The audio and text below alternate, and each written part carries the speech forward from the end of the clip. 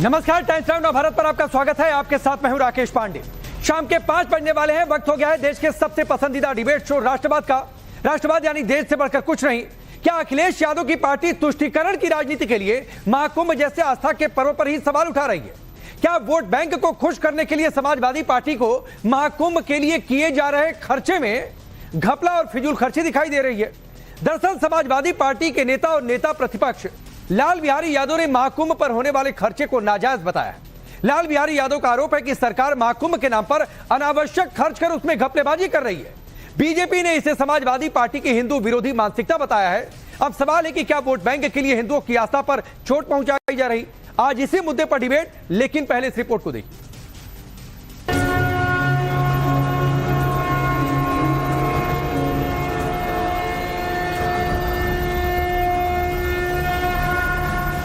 अनावश्यक रूप से पैसे जो है लाट करके जो है उसमें जो है ये घपला करने की का पूरा प्रयास है। ये दिखाता है कि समाजवादी कितना हिंदुओं से और समाजवादी कितना सनातन से नफरत करते हैं। समाजवादी पार्टी तुष्टीकरण की पराकाष्ठा है। अखिलेश यादव तुष्टीकरण के किंग हैं। How can it be anti-Sanatan? It is not anti-Sanatan. It is related to corruption.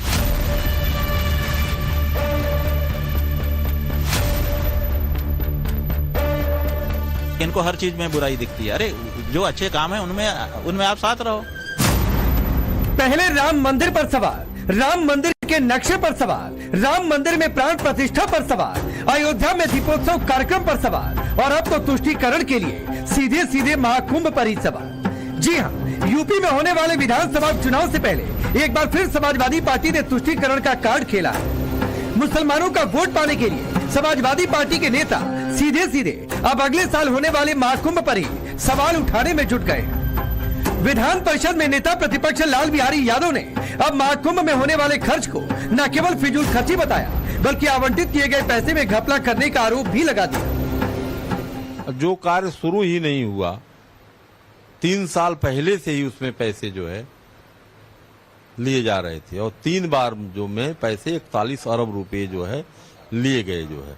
तो उस पैसे को सरकार जो है, मैं समझता हूं कि उसमें का 50% पैसा जो है नाजायज रूप से जो है खर्च दिखाया जा सकता है।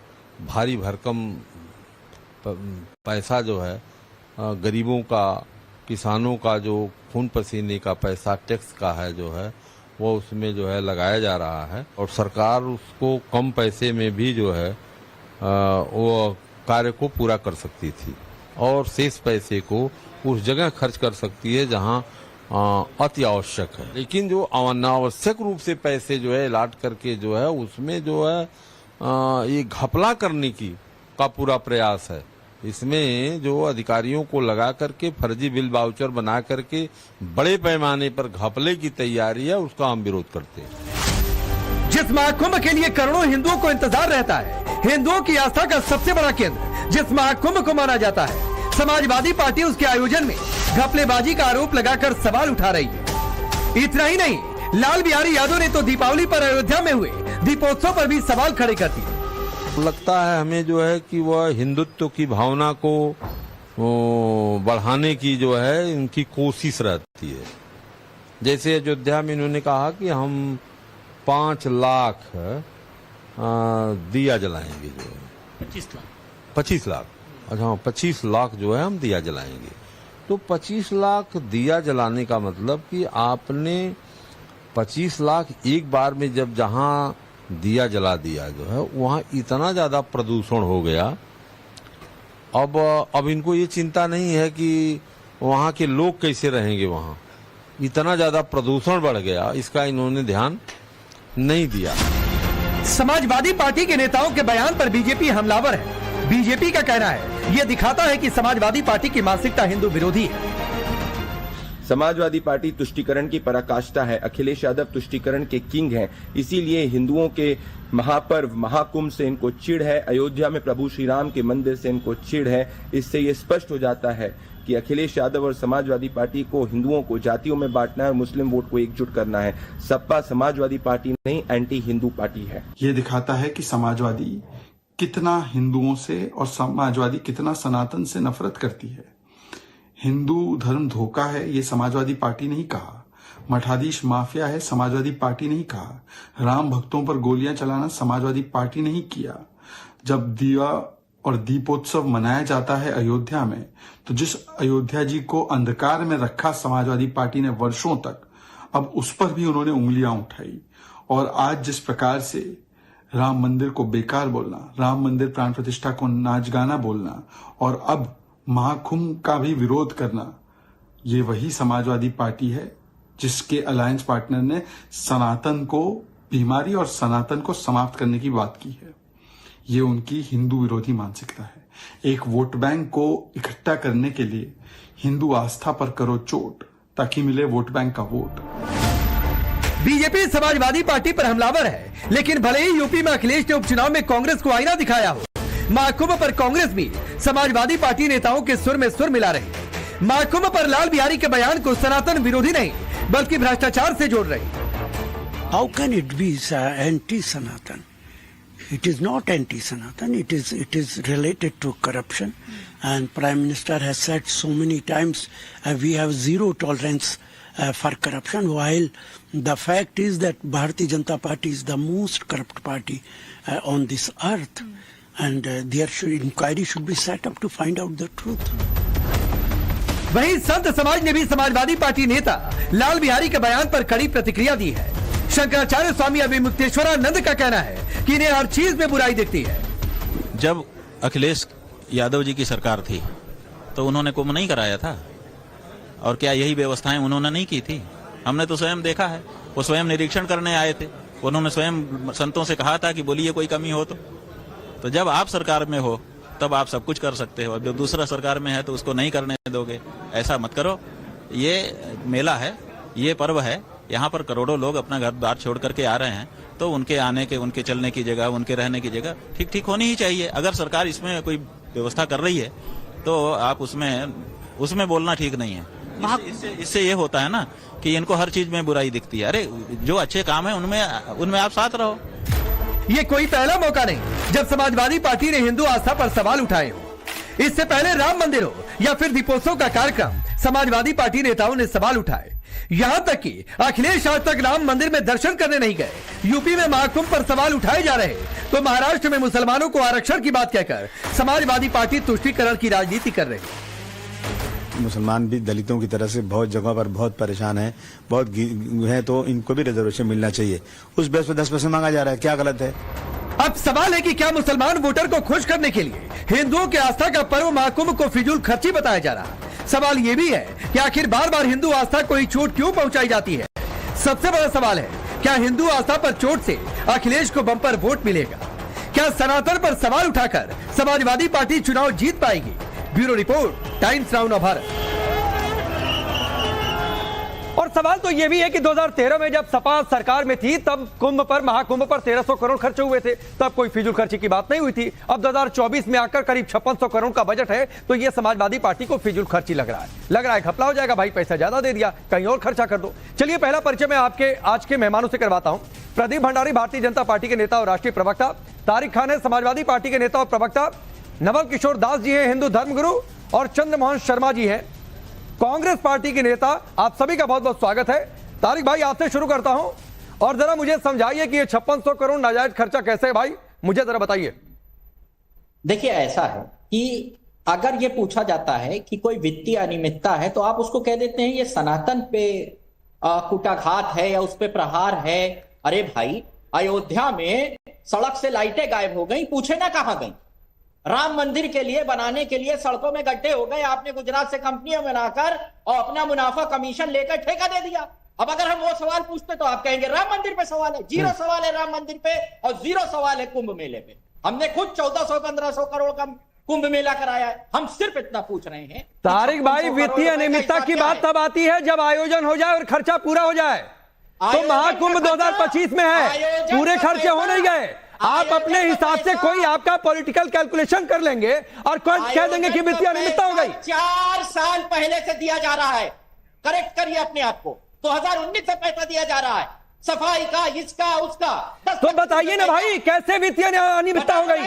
प्रूफ करिए। तारिक खान, आपको चैलेंज कर रहा हूं मैं, आप प्रूफ करिए वित्तीय अनियमितता हो गई और कहीं पर इस पर कुछ केस हुआ है। आप सोएंगे और सपना देख लेंगे कि 27 में सत्ताधीश बनना है, 27 में चुनाव है, महाकुंभ है, फिर हिंदू वोट बैंक का सवाल है, तो आपका पीडीए समीकरण बिगड़ जाएगा। तो हम कुछ भी कह दें और सपने में यह देख लें कि वित्तीय अनियमितता हो गई या हो जाएगी, उसके आधार पर स्टेटमेंट दे दें। क्यों हम 5600 करोड़ का हिसाब मांगे तो हम एंटी सनातन? अरे मांगिए हिसाब, मांग रहे हैं। हाँ तो कहिए ना कि हिसाब दीजिए। तारिक खान कहिए कि हिसाब दीजिए। ये आप कहेंगे कि नाजायज खर्चा है, आप ये कहेंगे कि नाजायज खर्चा है। मेरा कोई भी देखिए, ये सब नैरेटिव गढ़कर एंटी सनातन नैरेटिव गढ़ा जा रहा है। साबित करिए भाई तारिक खान, अगर लाल बिहारी यादव ये कहते इस 5600 करोड़ के एक एक पाई का हिसाब दे सरकार, तब तो बात समझ में आती है। लेकिन आप कहेंगे कि नाजायज खर्चा है, यहां नहीं वहां खर्चा करो, कहीं और खर्चा कर देते। ये क्या बात है? पिछले सरकारों से 3 गुना ज्यादा खर्चा कर रहे हैं, हम हिसाब मांग रहे हैं तो आप बता रहे हैं हम एंटी सनातन है। अरे भाई, सनातन है भाई?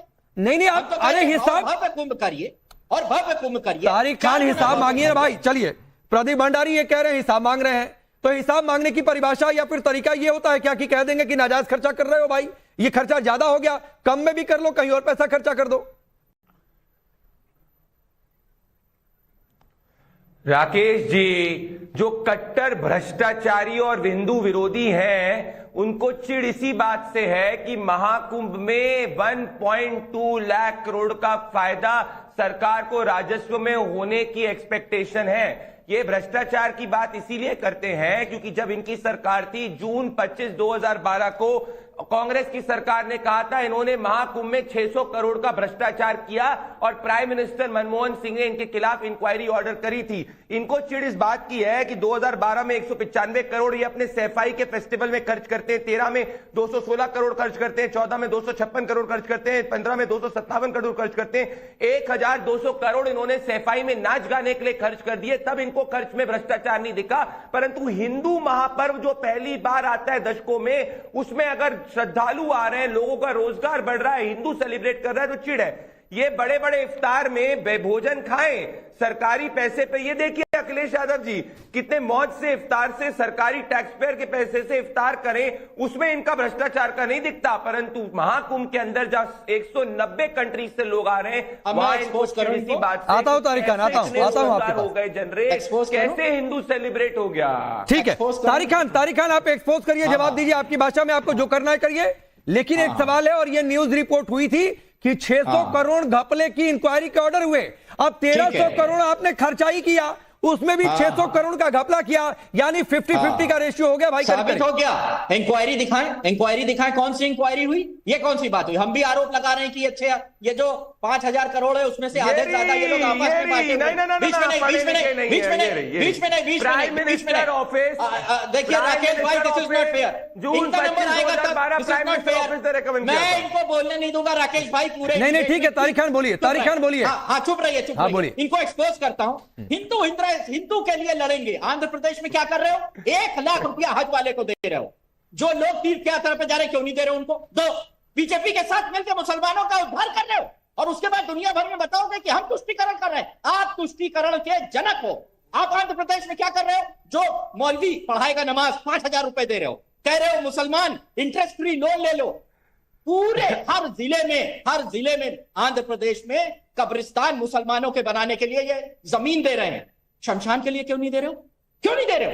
पूरे हिंदुस्तान में चिल्ला रहे हैं कि आप तारिक का झंडा लिए हो। तारिक खान सुनिए, तारिक खान सुनिए ना, प्रदीप भंडारी आपको जवाब देंगे। मेरा उससे पहले एक सवाल है, और सवाल यह है कि महाराष्ट्र में जाकर आप 10% मुस्लिमों को आरक्षण मांग दीजिए, यहां पर कह दीजिए कि राम मंदिर का नक्शा बेकार है। 2013 में कुंभ हो रहा था, तब शिवपाल यादव विजिट पर गए थे, कहे थे कि कमीशन खोरी में कोई कमी नहीं आने दी जाएगी। कोई कमी नहीं आने दी जाएगी, जितनी मनो कमीशन खोरी कर लो। ये चंद्रबाबू नायडू से मिलकर मुसलमान को 4% रिजर्वेशन कैसे दे रहे हैं आंध्र प्रदेश? नहीं, मैं जो आपसे सवाल पूछूं, आपने जो तुष्टीकरण की बात की, 10% मुस्लिमों को आरक्षण धर्म के आधार पर संविधान में आरक्षण नहीं है, तो आप कह दीजिए तो ये तुष्टीकरण नहीं है। राम मंदिर का नक्शा बेकार है, बता दिए।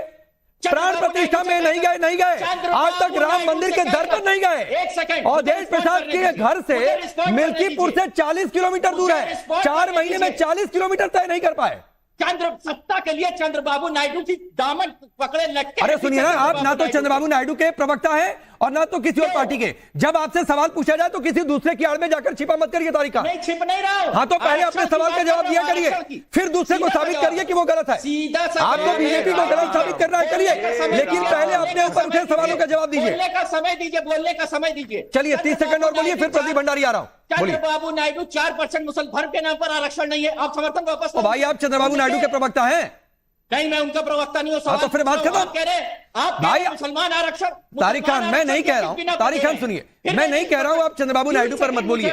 मैं ये भी नहीं कह रहा हूं कि आप बीजेपी का दोहरा रवैया जो आपको दिखता है उसको एक्सपोज करिए भाई, लेकिन पहले अपने ऊपर उठे सवालों का जवाब तो दीजिए। आपने 30 सेकंड अपने आप को दिए थे, मुझे नहीं दिए थे। चलिए और दीजिए ना भाई, और लीजिए। हाँ, अब मैं कह रहा हूं, जिस हिसाब से ये 4% आंध्रा में रिजर्वेशन दे रहे हैं मुसलमानों को, वैसे हम भी डिमांड कैसे दे रहे हो भाई? तुमने समर्थन वापस लिया, क्यों दे रहे हो मुसलमानों को आरक्षण धर्म के नाम पर? तुम साथी हो चंद्रबाबू नायडू द्वारा मुसलमानों के तुष्टीकरण की। चलिए, हो गया 30 सेकंड आपका, 30 सेकंड हो गया 30 सेकंड। प्रदीप भंडारी, चुप जाऊंगा मैं, अब झूठ बोलवाइए इन लोगों से। अब मैं जवाब दे दूं। जो प्रभु श्री राम के मंदिर में अभी तक नहीं गए, जो राम भक्तों पे गोलियां चलाया करते थे, जो राम सेतु के अस्तित्व को नहीं मानते थे, वो क्या बात करेंगे प्रभु श्री राम की? इनके झूठ को एक्सपोज करता हूं। 27 अगस्त 2024 आंध्र प्रदेश की सरकार ने पुजारियों के पूरे जो रेट है, वेतन है, उसको बढ़ाया है। 27 अगस्त 2024 को गूगल करिए। तारिक खान, ये समाजवादी पार्टी के व्हाट्सएप पे जब पढ़ते हो तो समझ नहीं आता। राइस शेख समाजवादी पार्टी के एमएलए कहते हैं कि मुसलमानों को महाराष्ट्र के अंदर रिजर्वेशन होना चाहिए। मैं पूछना चाहता हूं कि दलितों के रिजर्वेशन को छीनकर मुसलमानों को देने की जो बात कर रहे हैं, भारतीय जनता पार्टी इसकी बात नहीं करती। ये एंटी कॉन्स्टिट्यूशन लोग हैं। खुल के बोलिए कि मुसलमानों को धर्म के आधार पर रिजर्वेशन नहीं मिलना चाहिए। हम कह रहे हैं मुसलमानों को धर्म के आधार पर रिजर्वेशन नहीं मिलना चाहिए, आप बोलिए नहीं मिलना चाहिए। प्रभु श्री राम के मंदिर नहीं गए, हिंदू विरोधी लोग हैं आप लोग। आंध्रा की सरकार गिराइए। अरे नहीं दे रहे, पढ़ के आओ समाज चंद्रबाबू ने। अरे जाके आंध्र प्रदेश की डिबेट करूंगा। आंध्र प्रदेश में भी चंद्रबाबू नायडू ने कहा है कि ओबीसी दलितों का रिजर्वेशन नहीं छीना गया है। झूठे लोग हैं आप लोग, टीडीपी के नेता, झूठे लोग हैं आप, झूठे लोग हैं आप, झूठे लोग हैं आप। अरे चंद्र, झूठे लोग हैं आप, बताइए। पूरे देश में एक्सपोज हो गए तुम लोग। रविंदर कुमार 7 जून को देते हैं भाषण। अरे तारिक खान, जमानत देंगे। तारिक खान थोड़ा पढ़ के आइए आप। तारिक सम्राट की बात करोगे? तारिक जी, वहां पर टीडीपी की सरकार गिराओ, मुसलमानों का आरक्षण खत्म करो। तारिक जी, जो करना है कर लो, जो करना है कर लो, झूठ आगे नहीं जाएगा। आंध्र प्रदेश में दलितों का, ओबीसी का आरक्षण नहीं छीना जा रहा है और वो मुसलमानों को नहीं दिया जा रहा है। मैं आगे बढ़ रहा हूँ, रुक जाइए, अब रुक जाइए। कि कैसे महाकुंभ से दिक्कत है? ये गोल को शिफ्ट करने की कोशिश कर रहे हैं। ये बताइए, महाकुंभ से इतनी चिढ़ क्यों है? महाकुंभ से रोजगार जनरेट होगा, आप इफ्तार करें, महाकुंभ में चिढ़ क्यों है? शर्म आनी चाहिए। मैं आ रहा हूं तारिक खान, 1 मिनट रुक जाइए। तारिक खान 1 मिनट रुक जाइए, थोड़ा सा 2 मिनट पानी पीजिए। कुछ और फैक्ट के साथ आपके सामने आ जाऊंगा, फिर देखता हूं कौन जवाब देता है। महंत नवल किशोर दास जी, आप अखाड़े से जुड़े हुए हैं। पूरे हिंदू समुदाय के लिए एक बड़ा मौका, महाकुंभ प्रयागराज में। अब जो खर्चा हो रहा है 5600 करोड़ का, ये एक पार्टी को, सपा को चुभ रहा है कि भाई ज्यादा खर्चा हो गया, थोड़ा कम में कर लेते, पैसा कहीं और खर्चा कर देते। आपको लग रहा है ये भाषा ठीक है? अगर हिसाब मांगना है तो सरकार से सीधे सीधे कहते कि हिसाब दीजिए 1-1 पैसे का, लेकिन खर्चा नाजायज है।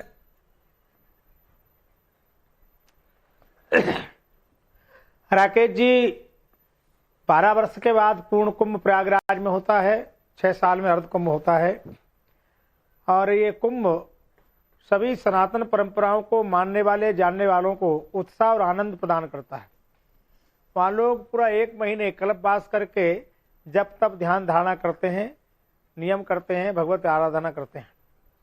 और मैं सभी राजनीतिक लोगों से निवेदन करना चाहता हूं कि आप राजनीति करें, अच्छी बात है, करिए, परंतु कम से कम राजनीति और धार्मिक उत्सवों को उस समय तो राजनीति में क्या, व्यक्ति का विरोध करिए, पार्टी का विरोध करिए, पार्टी का विरोध करते करते, व्यक्ति का विरोध करते करते कभी कभी राष्ट्र का, कभी पूरे धर्म का जो विरोध होने लगता है वो उचित नहीं है।